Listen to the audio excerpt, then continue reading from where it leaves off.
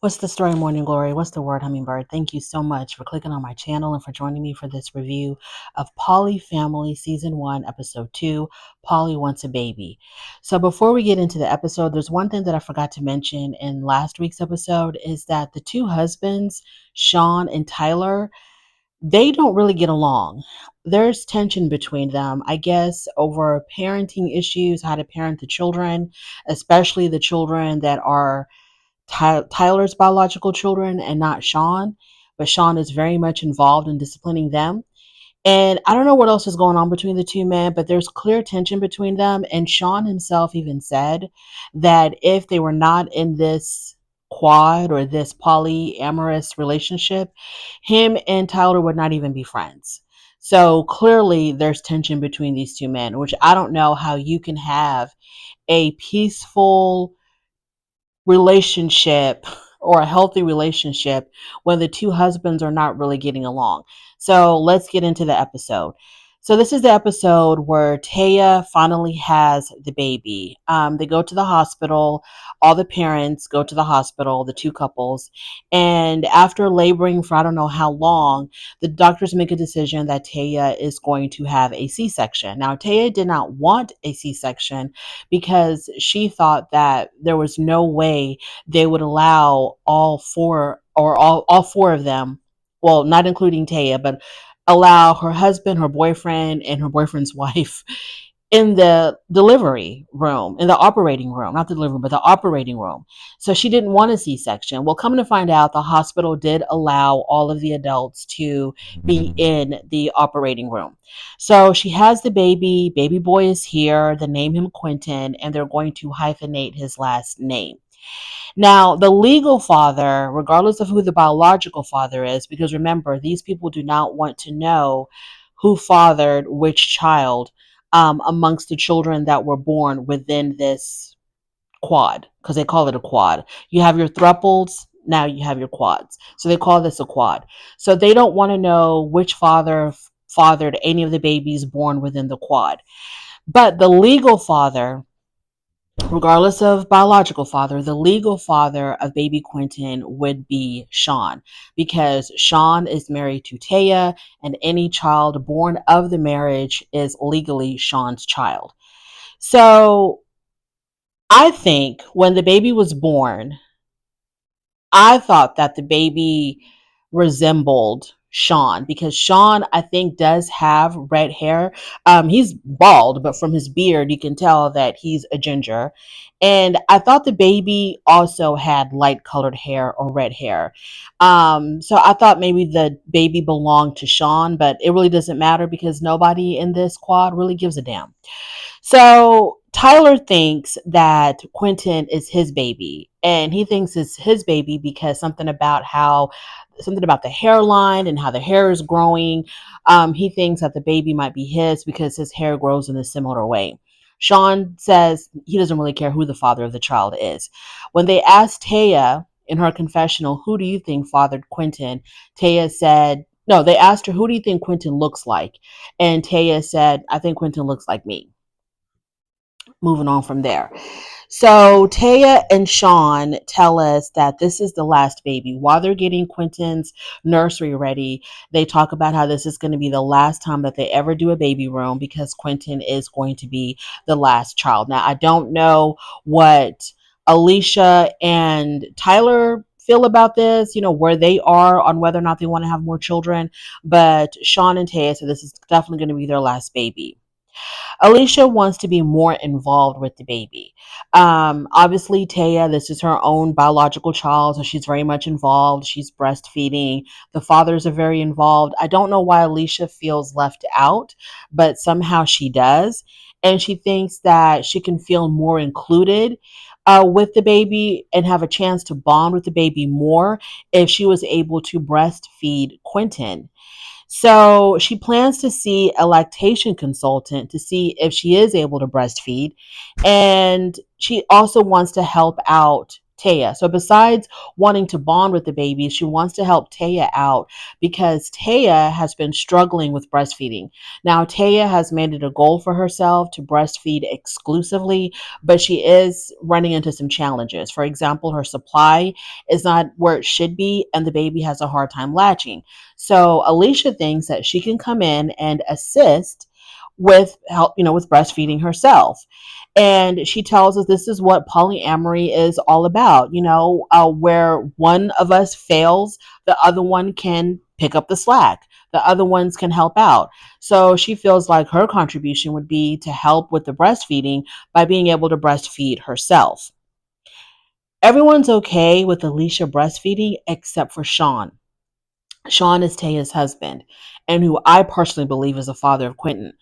And when they were asking Sean, like, why don't you support this? And he was like, well, I think it's weird.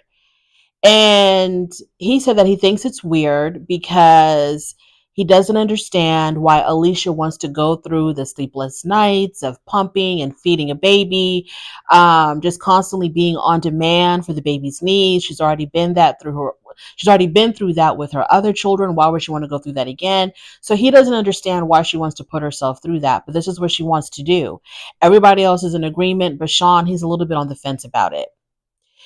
Alicia also, okay, like I said, she also wants to be able to bond. So they have a sip and see. Instead of family and friends trickling in over a long period of time to come see the baby, they decided that they're going to nip it in the bud and have everybody just show up at once. So they invited family who is supportive of their union and friends who are supportive of their union to come over for a sip and see so that everybody can see the baby. Tyler's sister is there.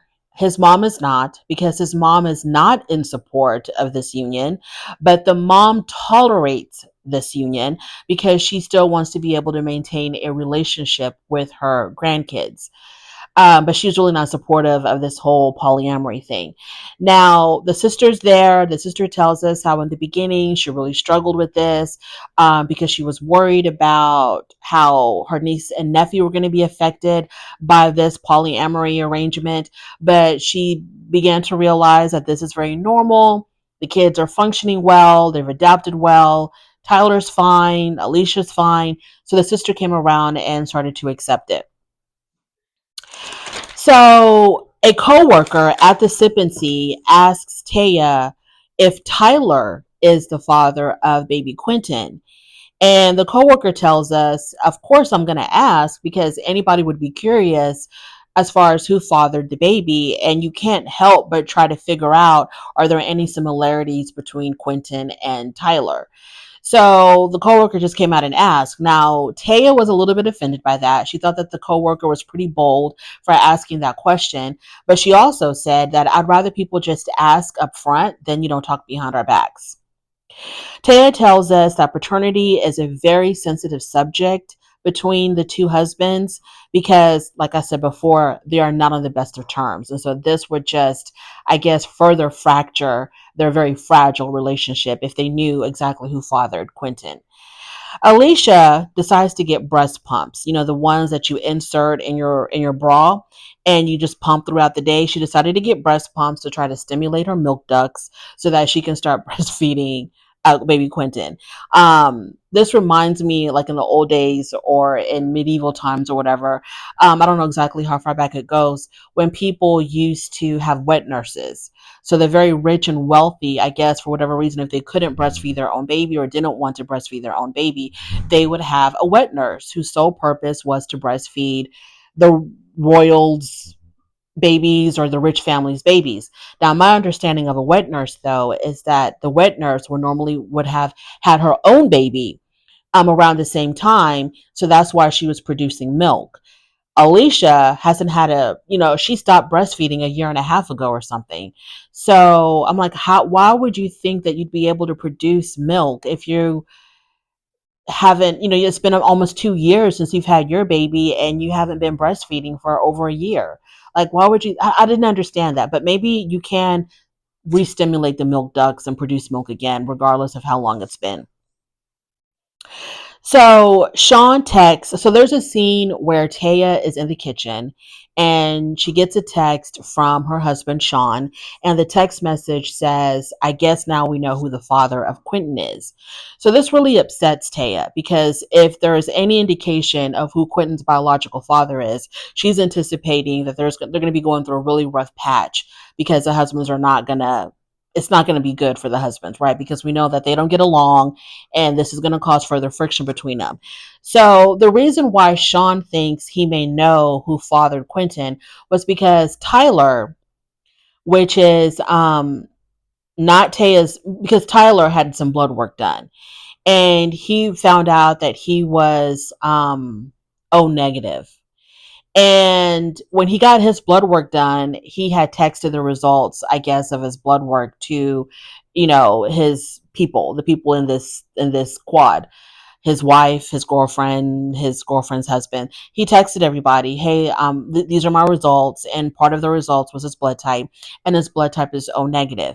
Well, when the baby had gone for their doctor's appointment, they found out that the baby was also O negative.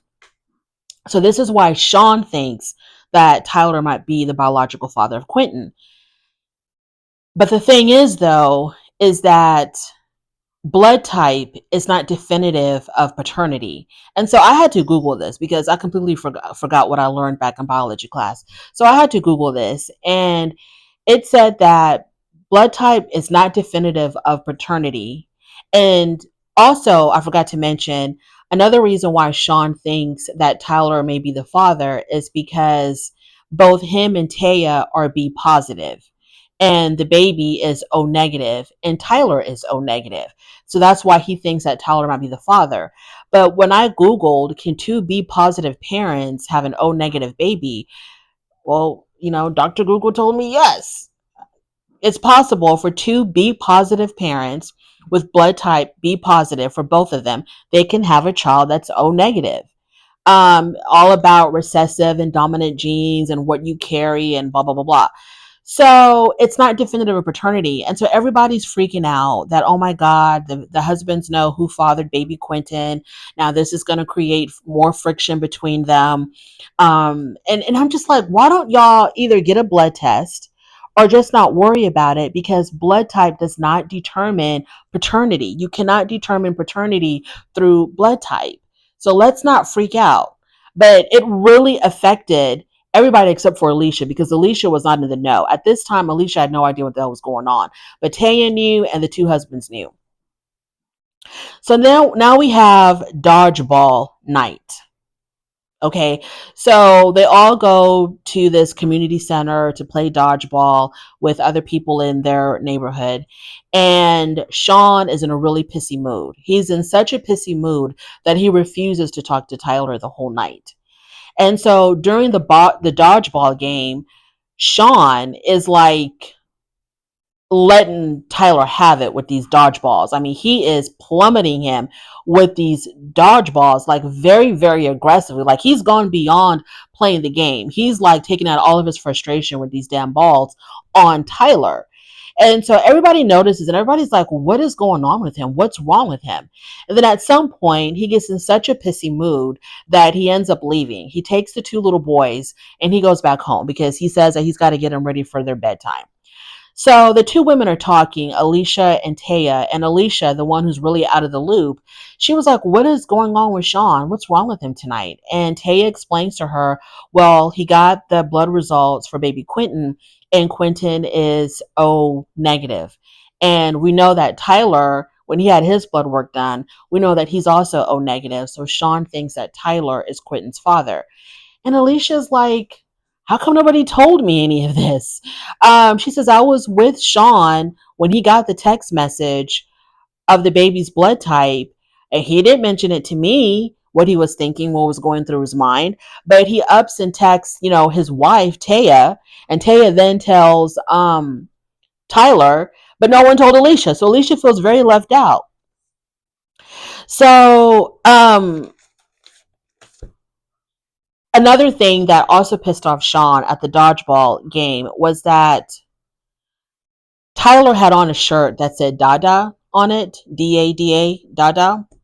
And Sean thinks that Tyler wore this shirt on purpose because he thinks, he thinks that he's the father of Quinton and he's just trying to rub it in Sean's face. Hey, I'm the daddy. Quinton's my son. Quinton's my child. And, it must suck for you. So that's another reason why Sean was pissed off, because of that damn t-shirt.